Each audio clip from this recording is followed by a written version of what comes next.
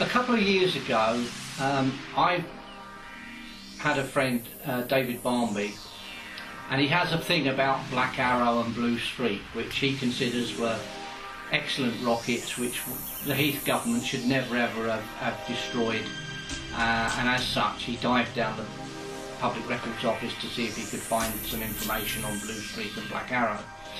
Whilst he was there, he stumbled across, completely by accident, a particular document. He produced a considerable amount of paperwork, approximately 500 papers altogether, all on government-headed note paper, all with Central Registry and Public Records Office stamps on it, and a lot of it signed around the margins and in various other places by the people who'd actually handled this paper and taken part in the process. So he gave me a CD. He said to me, "Read this, it's of historical interest." So I read it. Halfway through reading it with my historian's hat, I suddenly found that I was wearing my police officer's hat and thinking, my God, this is sedition.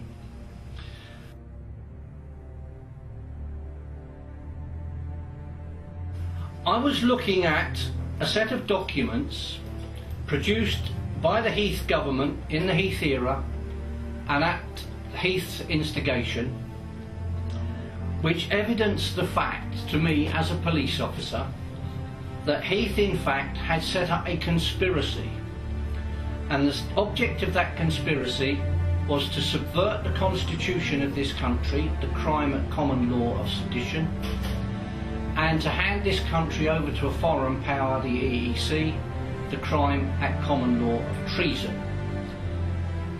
What did they do? In 1971, the Foreign Office, in a collection of papers which are titled in the Public Records Office FCO 30/1048, told the Heath government that if they signed us up to the European Economic Community, within 3 decades, we would in fact have lost our constitution and ceased to be an independent sovereign state and would merely be a region of Europe. That would mean the end of our constitution and the end of this country as a sovereign state. Now, if you subvert the constitution, and what has happened is that our constitution has been progressively subverted over a 30-year period, as more and more of our own constitution has been surrendered to European legislation which has been foisted upon us, then in fact that is the criminal offence at common law of sedition. It is an offence which carries life imprisonment and is the next most serious offence to treason. If you do what Heath set out to do, which was to hand this country over to a foreign power, that in fact is the common law offence of treason, because you are destroying the country that we live in. We are not talking here about the murder of an individual, we're talking about the murder of an entire country. Far, far more serious a crime even than murder. How did they do it? Well, they organised breakfast meetings at the Connaught Hotel in London. And at those meetings, which were attended by government ministers, members of parliament, the British Council for the European Movement, and senior people from all of the national media, including BBC and ITV. At those meetings, they persuaded the media people to remove all of their frontline anti-EEC reporters.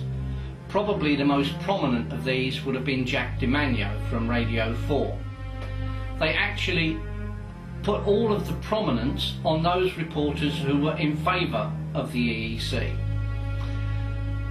But not content with that, the Foreign Office set up a body, a department within a department, and that department produced thousands and thousands of letters which were sent to the central offices of all of the 3 major political parties, the Tories, the Labour and the Liberal parties, and to the British Council of the European Movement, who got these letters signed as though they purported to come from people like you and I, and they all said the same thing.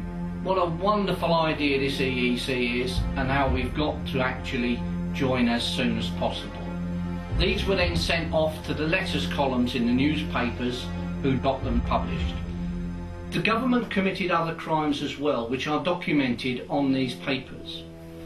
For example, they suborned an awful lot of civil servants, quite a few of whom attended the breakfast meetings at the Connaught Hotel, some of whom were set to work writing letters. This is the criminal offence of misfeasance in public office.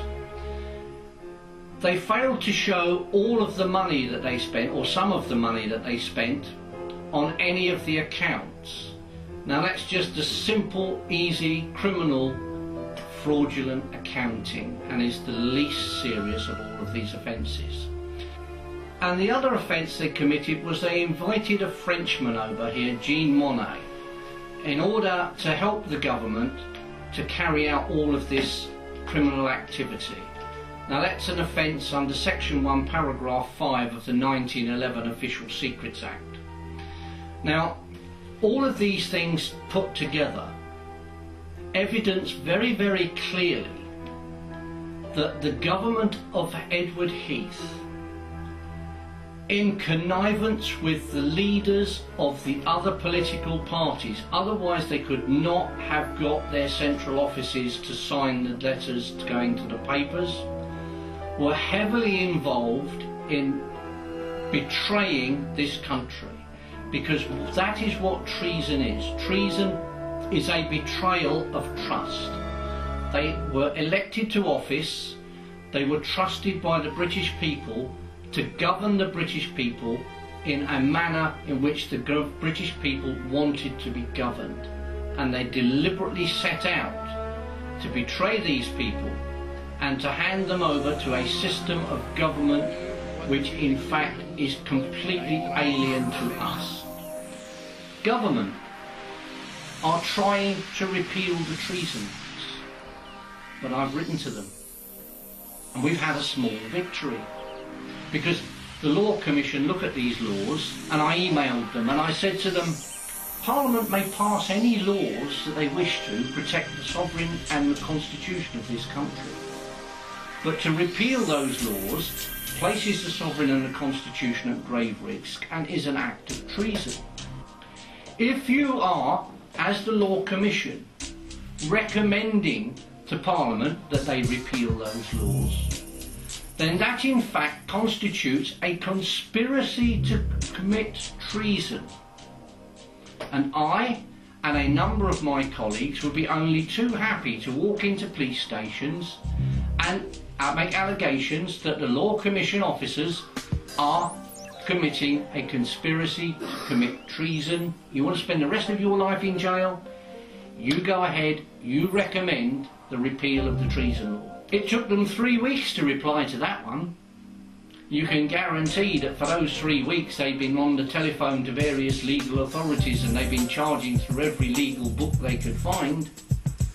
And then they came back and they said, we have no plans in the near future to look at the treason laws.